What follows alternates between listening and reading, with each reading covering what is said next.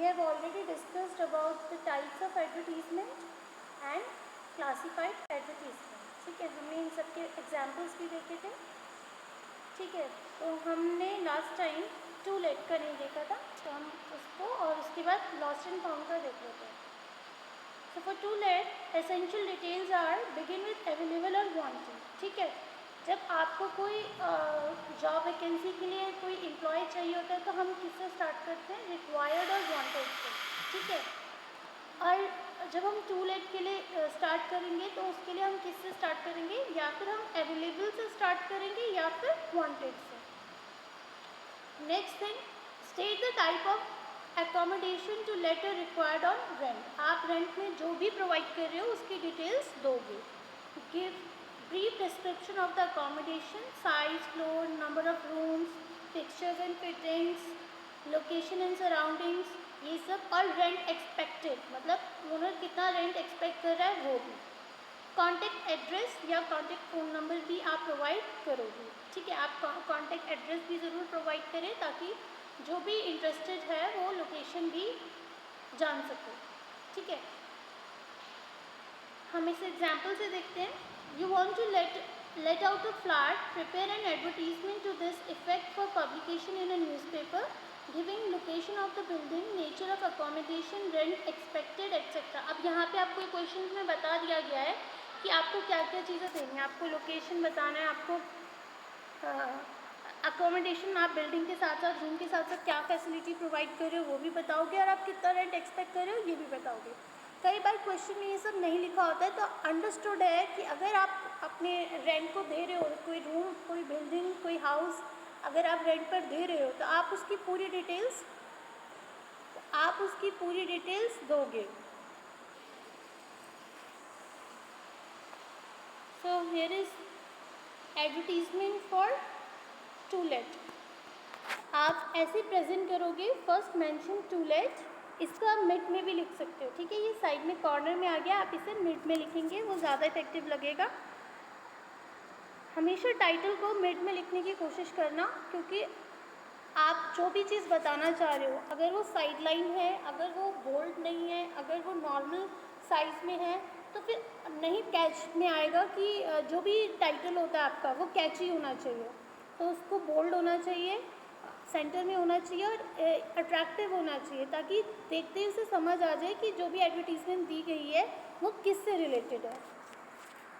Available on rent Sushant लोग ऑनसल्स MIG flat. ठीक है, तो ये फ्लैट है, उन्होंने बता दिया. अगर किसी का इंडिपेंडेंट हाउस है या इंडिपेंडेंट रूम है तो वो आप मेंशन करोगे. फ्लैट कहाँ पे है उसका एड्रेस यहाँ मेंशन किया है. Second floor, 2 BRs, lobby, balcony, fully furnished, well ventilated. तो सारी डिस्क्रिप्शन रूम के बारे में दे रखी है. Walking distance from main market and taxi stand. तो आपको हमेशा ना ऐसी लोकेलिटी में जो भी उसके प्लस पॉइंट होते हैं आपको गिनाने चाहिए. ठीक है, आप कभी भी इसमें नेगेटिव पॉइंट्स नहीं लिखोगे आप जब किसी चीज़ का एडवर्टाइजमेंट कर रहे हो. तो अगर आप फ्लैट का, अपनी बिल्डिंग का लोकेशन का कर रहे हो तो वहाँ से जो सबसे फेमस जगह है, जो ज़्यादातर बस स्टैंड, रेलवे स्टेशन, ठीक है, मार्केट, इन सब चीज़ों को देखा जाता है कि लोकेलिटी से कितनी दूर है. तो अगर आप उसके अराउंड में रहते हो तो आप ज़रूर मेंशन करो. Rent expected 5000 fix. ठीक है, तो यहाँ पे एक्सपेक्टेड रेंट बता दिया है, 5000 है. Company lease preferred, contact both, address आपको अगेन गिवन है, 2B31 सुशांत लोग, फ़ोन नंबर भी प्रोवाइड हो. तो इस तरीके से आपको लिखना है. ठीक है, इसके अलावा आप इसमें बता सकते हो कि अगर आप कोई सिक्योरिटी अमाउंट लिख रहे हो तो वो भी आप इसमें मेंशन कर सकते हो. ठीक है, तो ये तो था रेंट के लिए. अब इसी तरीके से next is lost and found. कोई चीज़ मिल जाए या खो जाए. ठीक है, तो आप सभी ने स्कूल डेज में 6th क्लास से 6 ऑनवर्ड से आप सब ने नोटिस लिखा ही होगा लॉस्ट एंड फाउंड में. ठीक है, तो इसमें इतनी प्रॉब्लम नहीं होगी. Essential details begin with lost और फाउंड. स्पेसिफाई द आइटम, जिसके बारे में भी आप लिख रहे हो उस आइटम की डिस्क्रिप्शन फुल दोगे. गिव ब्रीफ फिजिकल डिस्क्रिप्शन, कैसे वो जो भी चीज़ आइटम खोया है उसके बारे में फिजिकल डिस्क्रिप्शन उसका दोगे. कैसा था, कलर क्या था, साइज़ क्या था, किस तरीके से था, शेप क्या थी. मेंशन व्हेन, वेयर, लॉस्ट और फाउंड, कब खोया, या अगर खोया है तो लॉस्ट के बारे में, अगर आपको मिला है तो कब आपको मिला है उसके बारे में आप बताओगे. For example, You have lost your purse. Draft an advertisement suitable to be given in the local daily. अब यहाँ इन्वेंट डिटेल्स लिखा है, मतलब आप अपने अकॉर्डिंग, अब आपको बता दिया पर्स खोया, ठीक है, बाकी डिस्क्रिप्शंस आपको नहीं दी है, तो ये आप अपने अकॉर्डिंग कर सकते हो। जब क्वेश्चन में आपको डिटेल्स जो गिवन होती है आपको उसी के अकॉर्डिंग देना होता है। अगर यहाँ पे कलर जो बताया होता है तो आप उसे चेंज नहीं कर सकते, लेकिन इन्वेंट डिटेल्स का है तो आप अपने अकॉर्डिंग लिख सकते हो, उसे ऐड ऑन कर सकते हो। यह advertisement should not exceeded 50 words. आप एडवर्टाइजमेंट के लिए आप हमेशा याद रखें जितना लिमिट हो सके उतना ही लिखना है, आपको उसे पैरा में कन्वर्ट नहीं करना है, ठीक है। जितने कम शब्दों में आप अपनी एडवर्टाइजमेंट कर सको उतना ज़्यादा बेटर है। यहाँ पे आपको बता दिया है कि आपके जो वर्ड्स है 50 वर्ड से ज़्यादा नहीं होने चाहिए। Lost and found. Lost black leather purse in DTC bus route number 315 while travelling between Lucknow Road and Red Fort. Beside cash, it contains some very important bills and receipts. Finder will be suitably rewarded.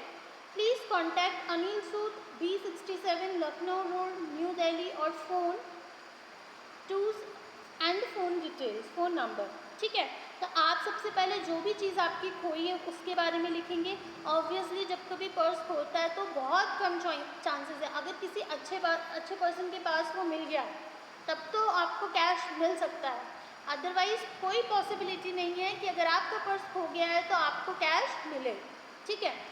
तो लेकिन कई बार क्या होता है हमारे wallet में कुछ ऐसे डॉक्यूमेंट्स होते हैं या फिर कभी बैग खो गया है जिसमें पैसे के अलावा कुछ इंपॉर्टेंट डॉक्यूमेंट्स रहे हो तो वो बहुत ज़रूरी हो जाता है। तो ऐसे में हमें कर देना चाहिए, जिस किसी के पास भी डॉक्यूमेंट्स हो वो आपको भेज सकता है।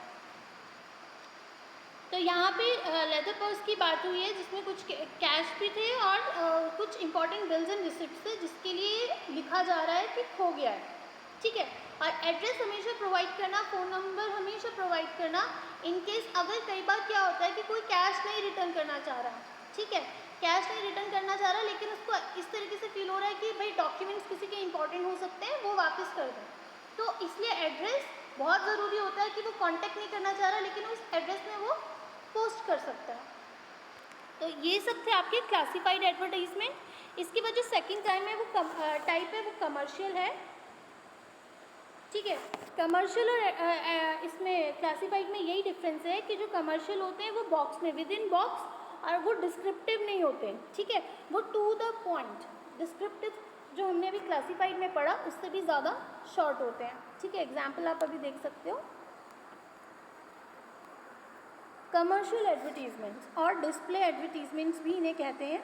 Commercial advertisement are inserted by leading manufacturers, establishments, organisations etcetera for the publicity and promotion of the product, services और सम इवेंट्स, ठीक है। इसमें जनरली अपनी प्रमोशन के लिए या फिर इन्विटेशन के लिए ही जनरली पब्लिश किया जाता है, प्रिंट किया जाता है। इसके मेन कैरेक्टर्स क्या है? Design for commercial purposes, commercial purpose के लिए ही डिज़ाइन किया जाता है। More space, more expensive in terms of advertising cost, ये ज़्यादा एक्सपेंसिव होता है। विजुअली अट्रैक्टेड होता है क्योंकि जो इसके जो फॉन्ट है, जो इसका राइटिंग स्टाइल है वो डिस्क्रिप्टिव नहीं है, आपको टू द पॉइंट लाइन में लिखा होता है, तो ये ज़्यादा ईजी होता है, अट्रैक्टिव होता है। Languages colourful, used, catchy slogans, punch line, witty expressions and pictures और स्केचेस, इस तरीके से प्रेजेंट किया जाता है। प्रोपोर्शनेट स्पेसिंग, स्पेसिंग सही होती है, बस इसमें जो फॉन्ट साइज़ है वो आपको वेरी करेगा, डिफरेंट करेगा, कहीं बड़ा साइज़ कहीं छोटा साइज़, ठीक है। ये किस लिए किया जाता है? ये भी अट्रैक्टिव बनाने के लिए ही किया जाता है। अब इसमें डिटेल्स क्या चाहिए? Name of the company, institute, organisers, details regarding the product, event, educational courses, special offers of discount if any, address of the company, institute, organiser. अब सबसे पहले आप जिस प्रोडक्ट के बारे में एडवर्टाइजमेंट दे रहे हो, जितने लिमिटेड वर्ड्स में आप कर सकते हो, आप स्लोगन्स का यूज़ कर सकते हो और इस तरीके से आप प्रेजेंट करोगे और साथ ही साथ उसका एड्रेस और अगर कोई डिस्काउंट है रिलेट करता है कि आप किस प्रोडक्ट के बारे में लिख रहे हो। Example, national rail museum and railway women welfare centre organisation are organising an exhibition on Nehru and railways and an on-the-spot drawing and painting competition for Bal Divas as the Indian Railways complete 150 years of glorious service. Draft a display advertisement for publication in a newspaper, ठीक है। ये आपको newspaper में ये advertisement देना है, ठीक है। तो आप यहाँ एग्जाम्पल देखेंगे, इस तरीके से बॉक्स में टू द पॉइंट लिखा होता है। सबसे पहले कौन ऑर्गेनाइज कर रहा है, आप उसका नाम लिखोगे। तो कौन ऑर्गेनाइज कर रहा है, national railway museum and railway women welfare central organisation, ठीक है। इन कनेक्शन विद किस लिए कर रहा है, बाल दिवस के ऊपर कर रहा है। तो इन कनेक्शन विद बाल दिवस, सेलिब्रेट ऑन द स्पॉट, उसी वक्त कि कौन सा कंपटीशन हो रहा है, drawing and painting competition. On किस उपलक्ष्य में हो रहा है, 150 glorious years of Indian railway, Indian railway के 150 ईयर्स होने पर ये कंपटीशन बाल दिवस पर सेलिब्रेट किया जा रहा है। कब होगा, आप डेट मेंशन करेंगे, टाइम मेंशन करेंगे, जो भी टाइम उस वेन्यू प्लेस भी बताएंगे, उसी के साथ टाइमिंग भी आप बताएंगे, एट नेशनल रेल म्यूजियम, ठीक है। वेन्यू बता दिया आपको कहाँ है। Free entry all only to pre registered participants and their escorts. अब आप यहाँ पे ये भी मेंशन करेंगे कि जो भी आप ऑर्गेनाइज कर रहे हो उसमें फ्री एंट्री एग्जिट है, पासेस हैं, या फिर अगर कॉस्ट है तो क्या कॉस्ट है। अप टू 10 पार्टिसिपेंट्स पर इंस्टीट्यूशन, अब यहाँ पे मेंशन कर दिया। अगर इस तरीके की रेस्ट्रिक्शन नहीं है तो आप नहीं करोगे, और अगर है तो आप उसे मेंशन ज़रूर करोगे। An exhibition on Nehru and Railways Museum star attractions for heritage, romance, nostalgia and edutainment. Fairy Queen moon, अब इन्होंने ये सब चीज़ें एक्स्ट्रा बता रखी हैं। अगर आप भी इससे कनेक्टेड हो तो आप लिखेंगे, अदरवाइज नहीं लिखोगे, ठीक है। नीचे यहाँ पे इन्होंने एड्रेस दे रखा है, इस तरीके से आप अपना एडवर्टीजमेंट पब्लिश कर सकते हो। Next example, You are the director of Bright Tutorials, an academy providing intensive as well as extensive postal coaching to students appearing for IIT, JEE and CBSE, PMT, etc. Write an advertisement for publication in a newspaper. Here is an example. Let your dream come true. अब यहाँ पे slogan से क्या किया, इसे attractive बनाया। तो आप इस तरीके के स्लोगन इस तरीके के एडवर्टाइजमेंट में यूज़ कर सकते हो। क्वालिटी फॉर, अब आप किसके लिए कर रहे हो, ट्यूशन्स किसके लिए है, तो यहाँ IIT, JEE किया। अगर आप कोई क्लासेस के लिए कर रहे हो, स्कूल गोइंग क्लासेस के लिए कर रहे हो, तो आप क्लासेस मेंशन करोगे। देन आप बोर्ड भी मेंशन करोगे। Prepare yourself to crack the nerves cracking test, इस तरीके से आप वर्ड्स लिखोगे ताकि जो बच्चे इंटरेस्टेड है वो आए। Put in extra preparation. Okay.